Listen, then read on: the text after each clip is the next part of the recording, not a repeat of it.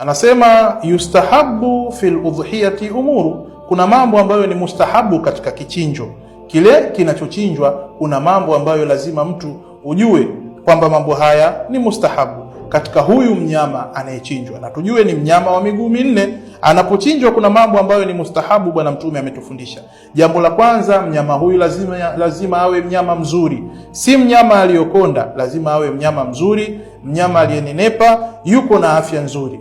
Lakini pili, mtu achinje mwenyewe, yule ambaye katoa pesa yake ya kununua mnyama katika idi hii, Idul Udhiya, basi swala la kuchinja achinje mwenyewe, hiyo ni mustahabu. Lakini swala la tatu katika mambo ambayo ni mustahabu ni at-tasmiya wa takbiri, kusema bismillahirrahmanirrahim na Allahu akbar. Na imekuja ni vipi mtu alete hiyo tasmiya na takbir, ni wa huwa an yaqula bismillahi wallahu akbar allahumma hadha minka walaka allahumma taqabbal hadha an fulan bin fulan, ni mtu kusema hivyo. Au imekuja katika sigha nyingine mtu aseme bismillahi wallahu akbar allahumma taqabbal min Muhammad wa ali Muhammad wa min ummati Muhammad.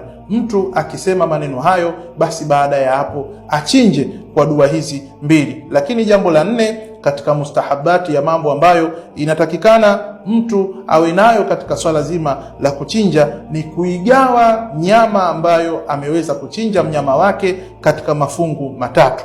Fungu la kwanza abakishe nyumbani kwake yeye mwenyewe ale na familia yake, lakini fungu la pili aweze kuwapa jamaa zake pamoja na majirani zake, lakini fungu la tatu aweze kuwapa maskini na mafukara wanaomzunguka katika maeneo yake. Hata hii tukikumbuka Bwana Mtume Muhammad sallallahu alaihi wasallam aliwahi kuwakataza watu wa Madina kipindi hicho wasiweke nyama zao ndani, wasiweke nyama wakazivundika ndani. Kama leo tuseme watu wasiweke nyama kwenye mafriji, wa kila mtu anayechinja agawe nyama ili pasije pakabaki mjini hapa kuna mtu siku ya Idi hajakula nyama. Kwa hiyo ilifikia Bwana Mtume Muhammad aliwakataza Waislamu mtu asije akachinja nyama kisha akaweka ndani. Kwa hivyo katika mustahabu ni mtu kugawa ile nyama kuwapa maskini na mafukara. Lakini namba 5 ni kwamba yule mtu anayemchinja mnyama basi amchinje mnyama yule baada ya swala ya Idi, usimchinje kabla ya swala ya Idi, utakosa ile kuambiwa ni mustahabu.